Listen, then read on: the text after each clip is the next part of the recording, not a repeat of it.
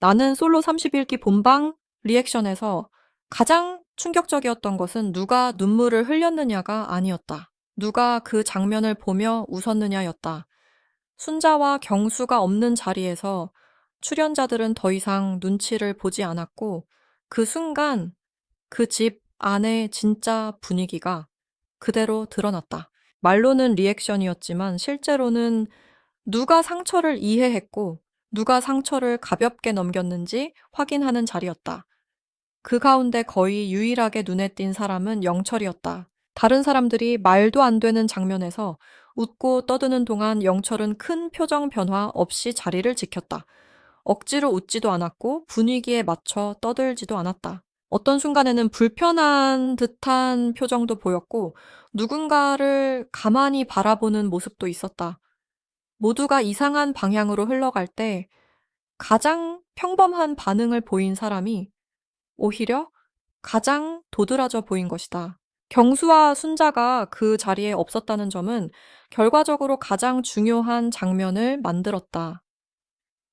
제작진의 의도였는지 두 사람이 불편해서 늦게 온 것인지 누군가의 요청이 있었는지는 알 수 없다. 그러나 분명한 것은 있다.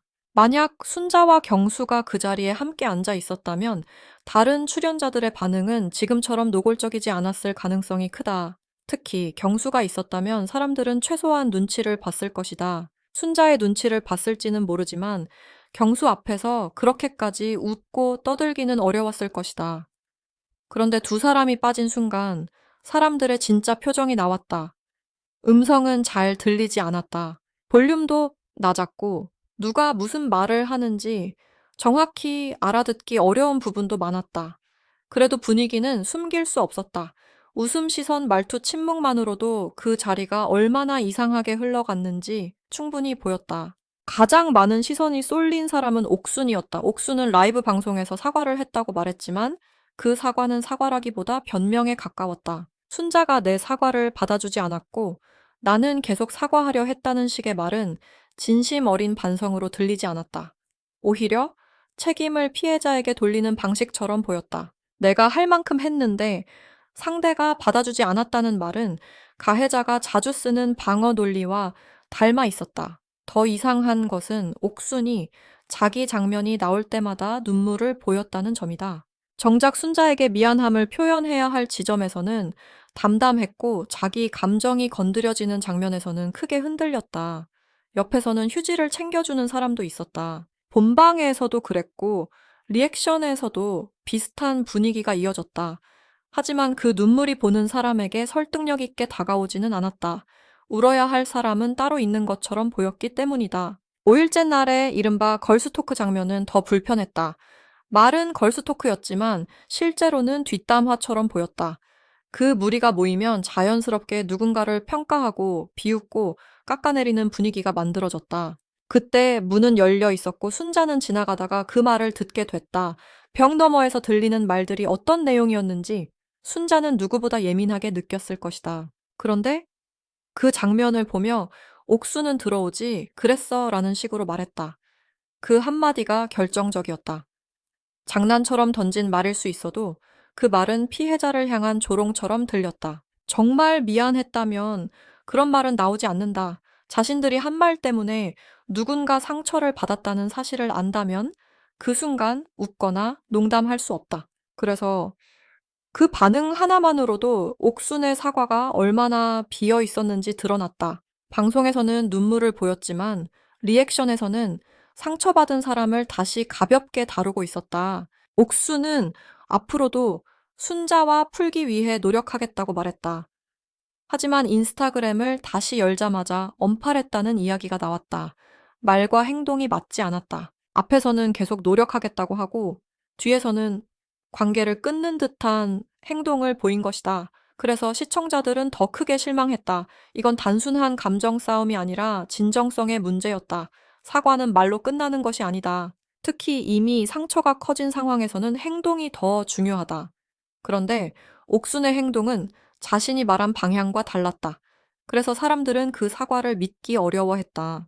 중간중간 웃을 포인트가 전혀 없는 장면에서도 옥순과 다른 출연자들은 웃었다. 그 웃음이 더 소름 돋았던 이유는 시청자가 느끼는 불편함과 그들이 느끼는 재미의 방향이 완전히 달랐기 때문이다. 최종 선택하는 날 아침 장면은 이번 리액션에서 가장 이해하기 어려운 부분 중 하나였다.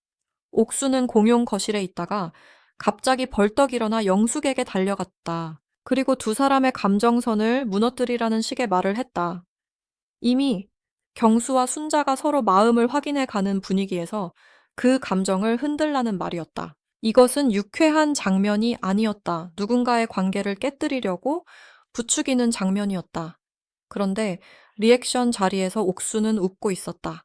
상철도 함께 웃었다. 상철은 그렇게 빠르게 움직이는 모습을 처음 봤다는 식으로 말하며 그 장면을 재미있는 상황처럼 만들었다. 하지만 정상적인 반응이라면 웃음이 아니라 당황이어야 했다. 저게 왜 웃긴지, 왜 가볍게 넘길 수 있는지 이해하기 어려웠다. 누군가의 감정을 일부러 흐트러뜨리는 것은 장난이 아니다. 특히 최종 선택을 앞둔 아침이라면 더더욱 그렇다. 영숙의 스케치북 장면도 마찬가지였다. 영숙이 경수에게 마음을 전하려는 상황을 두고 옥수는 처음에는 하지 말라고 했던 것으로 보인다. 우스운 꼴이 될 수 있다는 식의 말도 있었다. 그런데 마지막에는 결국 영숙을 부추기는 흐름으로 갔다. 영숙이 웃음거리가 되든 말든 경수와 순자의 분위기가 흔들리면 된다는 식으로 보였다.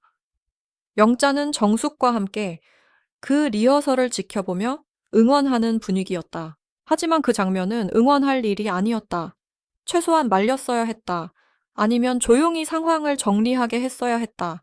웃고 떠들며 관광하듯 바라볼 장면이 아니었다. 한 사람의 감정, 또 다른 사람의 상처가 모두 얽혀 있는 순간이었다.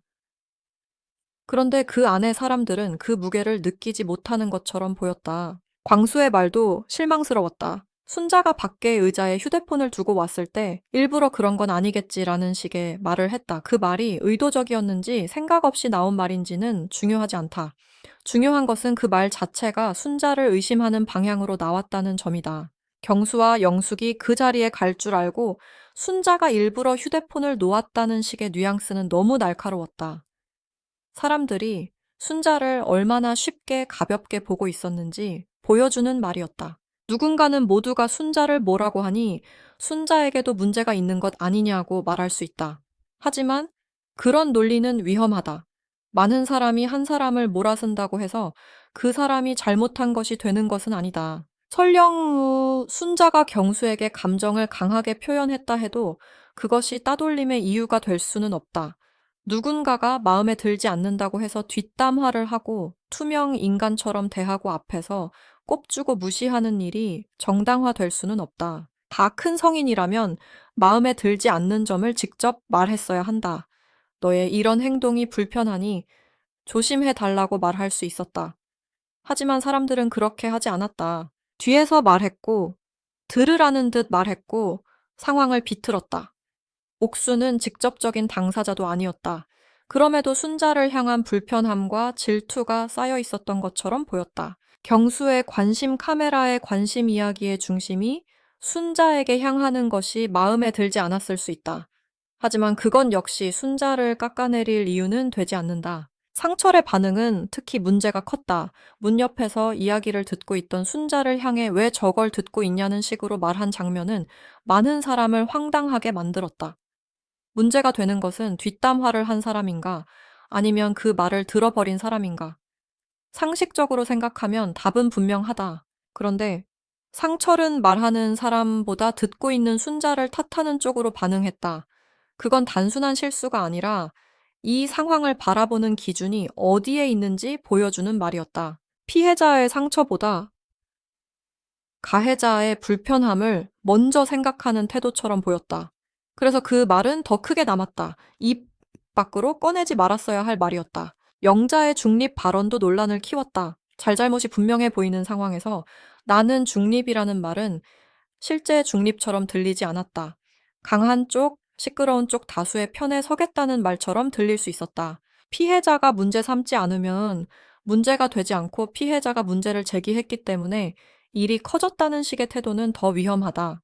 문제를 만든 사람보다 문제를 말한 사람을 탓하는 구조이기 때문이다. 그래서 순자가 리액션 이후 여러 사람을 언팔했다는 이야기가 나왔을 때 많은 사람은 그럴 만하다고 반응했다. 그 자리를 본 사람이라면 순자가 왜 더 이상 그들과 가까이 지내기 어려웠는지 이해할 수 있었기 때문이다. 이번 본방 리액션은 단순한 예능 후기가 아니었다. 그 안에는 30일 기 출연자들의 관계 분위기 침묵 웃음 방관이 그대로 담겨 있었다.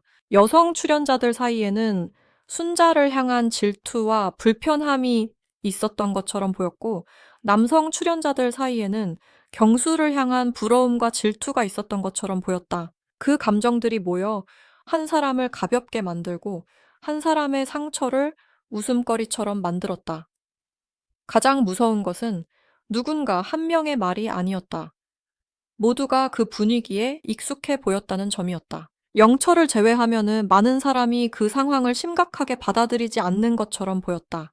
그래서 이번 리액션은 오래 남을 장면이 됐다. 보는 사람은 웃을 수 없었고 오히려 불편함과 분노를 느꼈다. 순자와 경수 입장에서는 그 시간이 악몽처럼 느껴졌을 것이다. 시청자들은 이제 알게 됐다. 방송에서 보인 갈등보다 더 무서운 것은 그 갈등을 대하는 사람들의 태도였다는 것을, 특히 이번 장면이 더 잔인하게 느껴진 이유는 아무도 멈추라고 말하지 않았기 때문이다. 웃을 일이 아니면 웃지 말아야 하고 상처가 보이면 최소한 침묵이라도 지켜야 한다. 그러나 그 자리는 반대로 흘러갔다. 누군가는 울었고, 누군가는 웃었고, 누군가는 아무렇지 않게 말을 얹었다. 그 순간 피해자는 다시 한번 혼자가 됐다. 그래서 본편보다 리액션이 더 선명했고, 더 불편했고, 더 오래 기억될 수밖에 없었다.